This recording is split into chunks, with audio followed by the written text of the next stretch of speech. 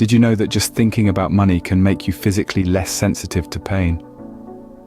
Strange as it may sound, it's true. Our minds have a fascinating relationship with money, one that goes beyond buying power and financial security. Money, or the thought of it, can influence our thoughts, behavior, and even our physical sensations in ways that we might not even be aware of. Consider this. Research suggests that individuals who are reminded of money are more likely to exhibit self-sufficient behavior, choosing to work alone rather than in a group. Or think about how the mere thought of money can cause us to feel less physical pain and discomfort. It's as if the idea of wealth serves as a mental analgesic, numbing us to the harsh realities of life. So it's clear that money doesn't just affect our wallets, it influences our brains and behaviors in surprising ways. So how does your brain react when you think about money? Let's delve into the 15 ways money affects your brain and behavior. Remember the saying, money can't buy happiness? Well, science might have something different to say. Let's take a look at a classic example, a lottery winner. At first, this individual might be over the moon. They can buy anything they want, travel anywhere they fancy, and never worry about bills again. That's a form of happiness, isn't it? But as time goes by, they may start to feel stress and anxiety.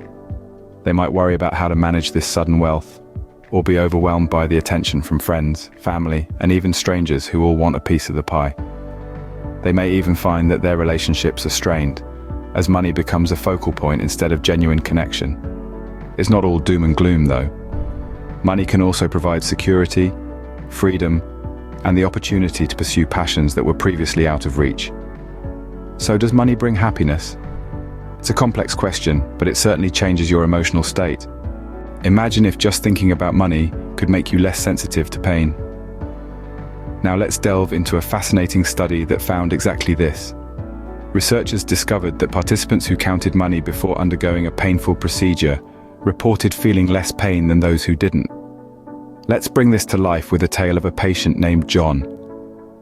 John was about to go through a minor, yet rather uncomfortable, medical procedure. As an experiment, he decided to count his savings before the procedure. Surprisingly, John reported feeling remarkably less discomfort during the process than he anticipated. What could be the reason for this? One theory suggests that money provides a sense of security, which can act as a psychological buffer against pain. It seems to offer a comforting thought, a safety net, that makes the pain bearable. So it seems that money can literally numb our pain. Fascinating, isn't it?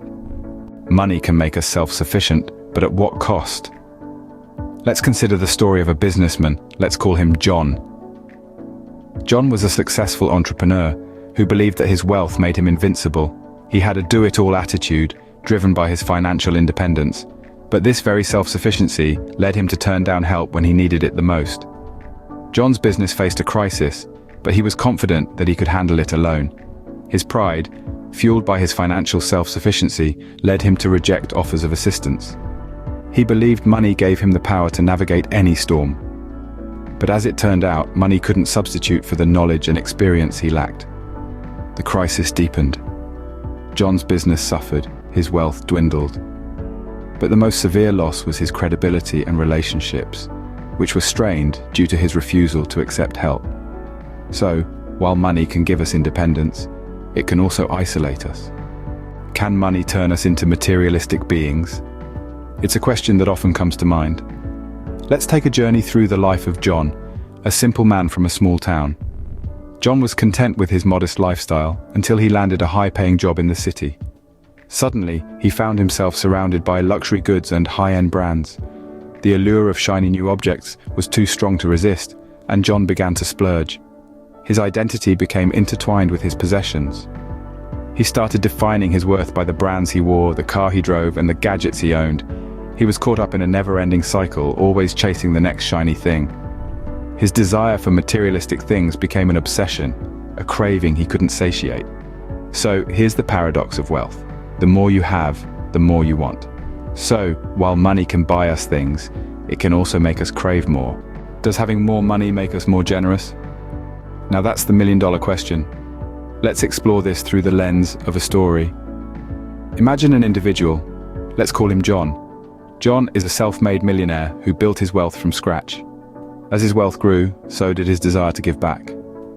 He began to donate a significant portion of his fortune to various charities, funding schools in underprivileged areas, and supporting research for life-threatening diseases. His actions paint a picture of generosity fueled by wealth, but is this always the case? Well, not necessarily. While wealth can provide us with the means to be generous, it doesn't automatically make us so. It's a matter of choice. Some wealthy individuals may choose to hoard their riches, while others, like John, choose to share their wealth. So, it's not the money itself that influences generosity, but rather our attitude towards it. So, money can make us generous, but it's ultimately up to us how we use it. Now that we've seen the many ways money affects our brain and behavior, it's time to reflect. Money, it's a fascinating entity, isn't it? It can bring out the best in us, yet sometimes it can also unveil our less flattering sides. It's crucial to take a step back and ponder, what kind of relationship do we have with money? Are we letting it dictate our actions, or are we using it as a tool to shape our lives? Consider your own behavior. Does the thought of gaining or losing money make your heart race? Do you find yourself being more generous when you have a bit of extra cash? Or perhaps you're more self-sufficient, valuing your independence above all else? It's important to remember that money is not inherently evil or good. It's merely a tool, an instrument that we can use to create happiness, stability, and opportunities. It's not about how much money we have, but rather how we use it. Remember, money is a tool, not a master. It's how we use it that truly matters.